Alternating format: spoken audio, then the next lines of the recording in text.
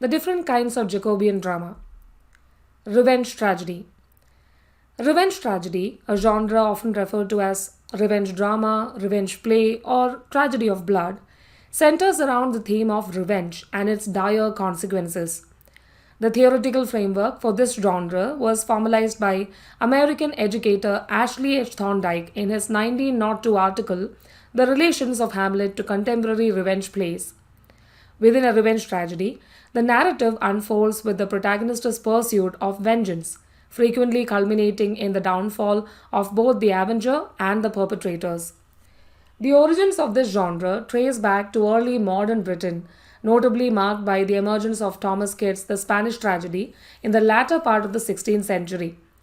Works preceding it, such as Jasper Hayward's translations of Seneca in the 1560s and Thomas Norton and Thomas Sackville's play Gorboduc in 1561, also bear the elements of revenge tragedies.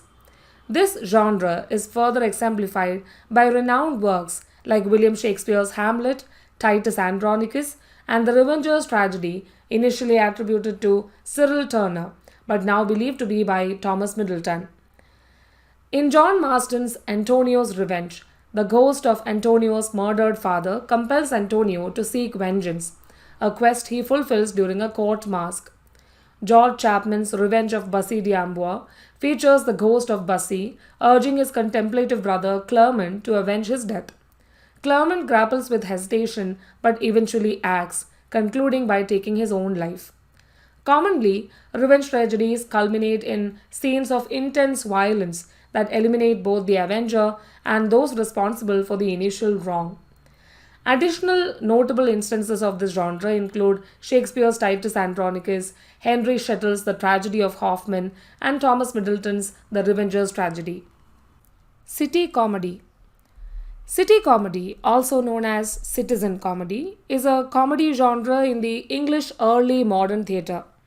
It is a kind of comic drama produced in the London theatres of the early 17th century, characterized by its contemporary urban subject matter and its portrayal, often satirical, of middle class life and manners.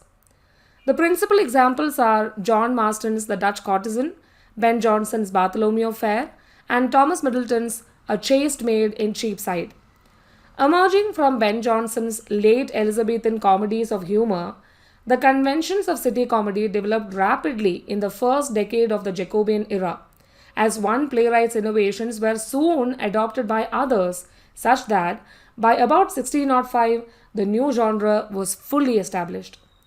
Its principal playwrights were Jonson himself, Thomas Middleton, and John Marston, though many others also contributed to its development, including Thomas Hayward, Thomas Dekker, John Day, and John Webster.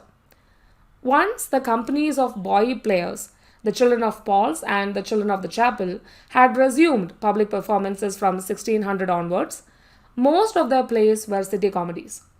The closest that William Shakespeare's plays come to the genre is the slightly earlier The Merry Wives of Windsor, which is his only play set entirely in England.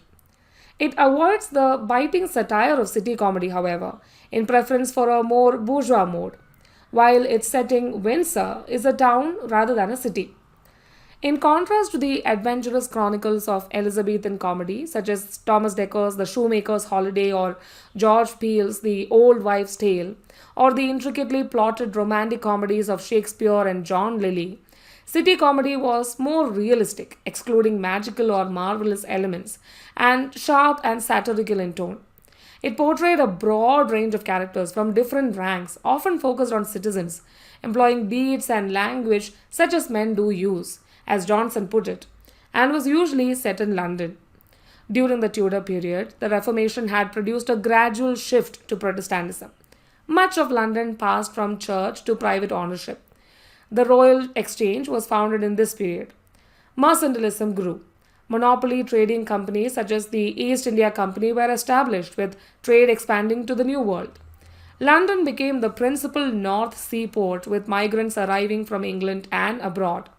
The population rose from 50,000 in 1530 to about 225,000 in 1605.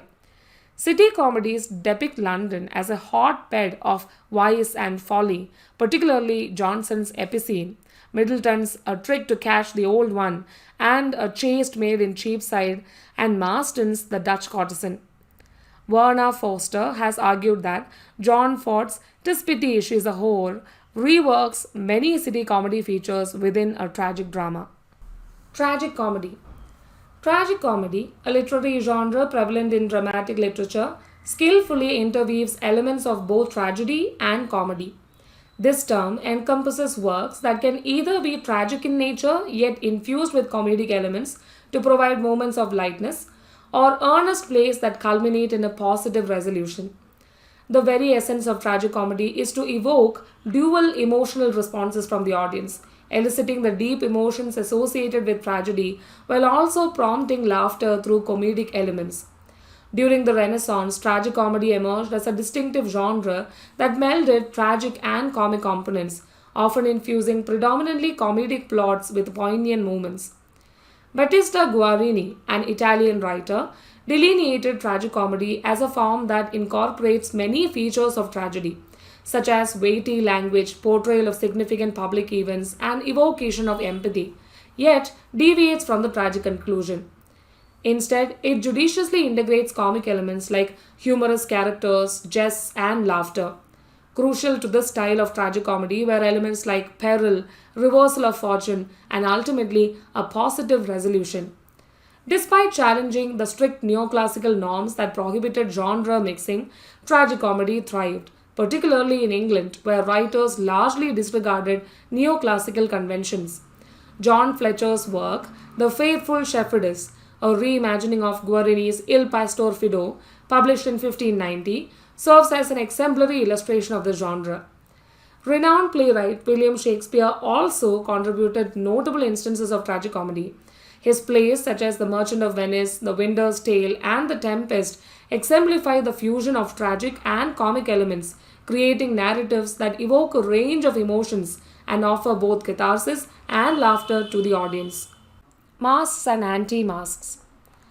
The mask was a festive and courtly entertainment that reached its zenith in 16th and early 17th century Europe. It had earlier origins in Italy, including forms like the intermedio. A mask combined music, dance, singing, and acting, all set within an elaborate stage design. The architectural framing and costumes were often designed by esteemed architects to convey allegorical themes that flattered the patron. Professional actors and musicians were engaged for speaking and singing roles. The participants in the masque, known as maskers, typically courtiers, did not speak or sing. For instance, Queen Anne of Denmark frequently engaged in mask dancing with her ladies between 1603 and 1611, while monarchs like Henry VIII and Charles I of England took part in masks at their courts. This tradition extended to the French court, with Louis XIV dancing in ballets at Versailles, accompanied by music composed by Jean-Baptiste Lully. Anti-Masque. An anti-masque was a comic or a grotesque dance that was presented before or between the acts of a masque, a form of a dramatic composition. The anti-masque featured disorder and often involved professional actors in its performance. Meanwhile, the masque itself saw members of the court playing central roles. The anti-masque contrasted with the masque by showcasing lower class characters imbued with impropriety, which would then be transformed into themes of goodness, decency, and order, typically through the presence of the king. The concept of the anti-masque was conceived by Ben Jonson.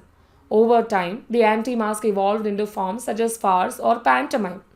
Originally, a masque usually had a single anti-masque before the main masque, but it later became common to have multiple anti-masques preceding the main performance.